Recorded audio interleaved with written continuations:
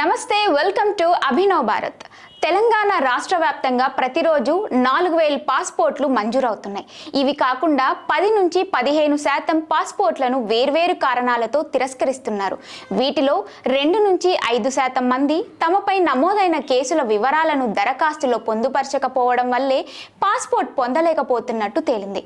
ఇందులో 506, 509, 504, 323, 498 కేసులు నమోదైన వారే ఎక్కువ మంది ఉంటున్నారు.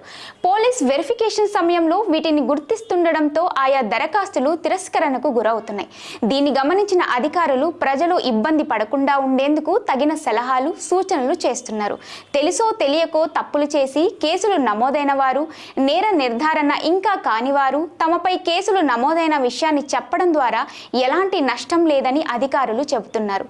ముందస్తుగానే కోర్టు అనుమతి తీసుకునే వెసులుబాటు ఉందని, అఫిడవిట్ రూపంలో అనుమతి తీసుకుని దరఖాస్తు సమర్పించవచ్చని చెబుతున్నారు. పాస్పోర్ట్ తిరస్కరణకు గురైన తర్వాతనే కోర్టు అనుమతితో తిరిగి పాస్పోర్ట్ పొందవచ్చని సూచిస్తున్నారు. 1 లేదా అంతకంటే ఎక్కువ కేసులు వేర్వేరు కోర్టులో పెండింగ్లో ఉంటే ఆయా విచారణ కోర్టుల నుంచి అనుమతి తప్పనిసరిగా తీసుకోవాలి. లేదా హైకోర్టులో రిట్ పిటిషన్ వేసి అనుమతి పొందే వెసులుబాటు కూడా ఉందని నిపుణులు సలహా ఇస్తున్నారు. విదేశాల్లో ఉన్న పిల్లల్ని కలవడానికి వెళ్లే వాళ్ళు, ముఖ్యమైన అవసరాలకు, వేడుకలకు హాజరు కావాల్సిన వాళ్ళు పాస్పోర్ట్ దరఖాస్తు చేసుకునే సమయంలో తమపై ఏవైనా కేసులు ఉంటే ఆ సమాచారాన్ని దాచిపెడుతున్నారు. పోలీస్ వెరిఫికేషన్లో ఆ విషయాలు బయటపడినప్పుడు పాస్పోర్ట్ జారీ లేదా రెన్యువల్ సంబంధిత అధికారులు ఆపేస్తున్నారు. ఇలా ఒక్కసారి జరిగితే మళ్ళీ దరఖాస్తు చేసుకోవడానికి 45 రోజుల సమయం పడుతుంది. దీంతో వాళ్ళు సమయానికి విదేశాలకు వెళ్ళలేక అనేక ఇబ్బందులు పడుతున్నారు. క్రిమినల్ కేసులు పెండింగ్లో ఉన్న, కోర్టు నుంచి ఎన్ఓసి లేకున్న వారికి పాస్పోర్ట్ ఇష్యూ చేయకూడదని హైకోర్టు తీర్పు ఇవ్వడంతో అధికారులకు ఆదేశాలు జారీ అయ్యాయి.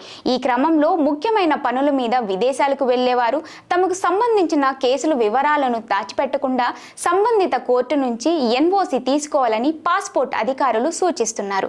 కేసులు నమోదైన మాత్రాన దోషులు కారని, కోర్టు అనుమతితో పాస్పోర్ట్ పొందవచ్చని న్యాయ నిపుణులు కూడా సలహా ఇస్తున్నారు.